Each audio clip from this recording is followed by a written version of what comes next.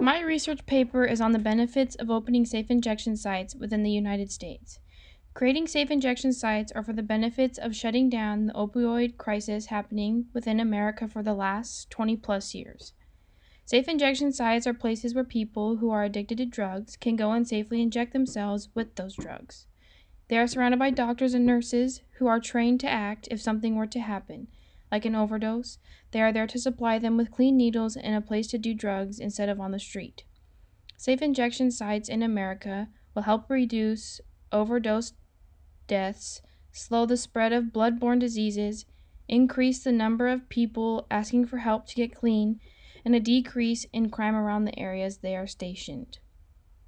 The opioid epidemic happening in America has been going on since the early 1990s and is still happening today. The most common opioids are hydrocodone, oxycodone, morphine, codeine, fentanyl, Demerol, tramadol, Dilaudid, heroin, and methadone. But the most common one used today is heroin. There were three waves that came across America. Pharmaceutical corporations began making it known that it was safe to prescribe opioids as pain relievers to their patients. By 2011, there had been over 238 million prescriptions because they believed the threat of overdosing was a small chance of it actually happening. Heroin being one of the most common drugs used here in America, within the second wave of the opioid crisis in 2010, there was 16,651 Americans who had died from drug overdoses, and 3,036 were from heroin overdoses. To help fight this crisis, there has been a secret safe injection site within the United States at an undisclosed location since 2014. In the first 2 years of operating, they had 2,574 injections by over 100 participants, and there have been no reports of any violence breaking out at the facility. More than 80% of the people who use this site have said they had to rush injections when injecting outside the site, increasing their risk for diseases or any type of injury relating to injections.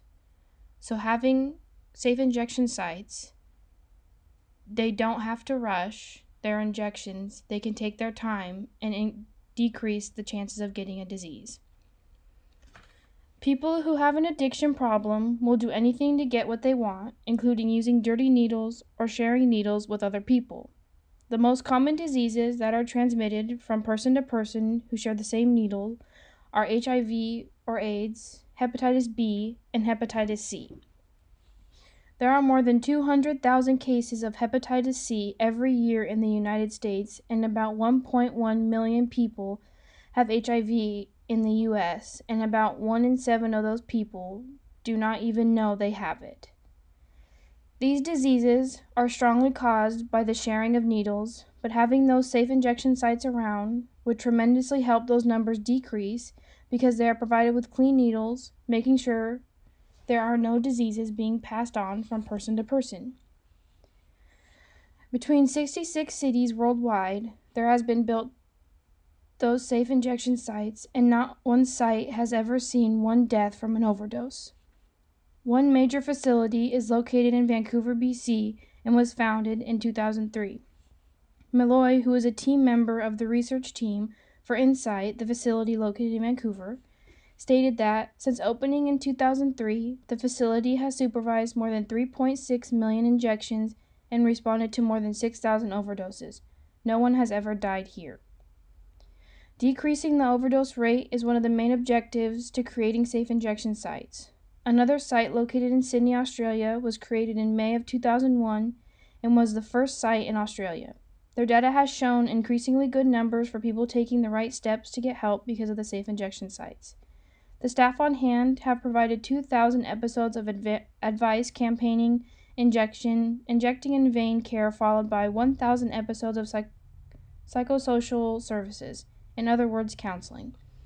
Having safe injection sites around the world have benefited in many ways, and the good seems to outweigh the bad. People who are surrounded by the same type of people often want to open up more because they know they are not being judged.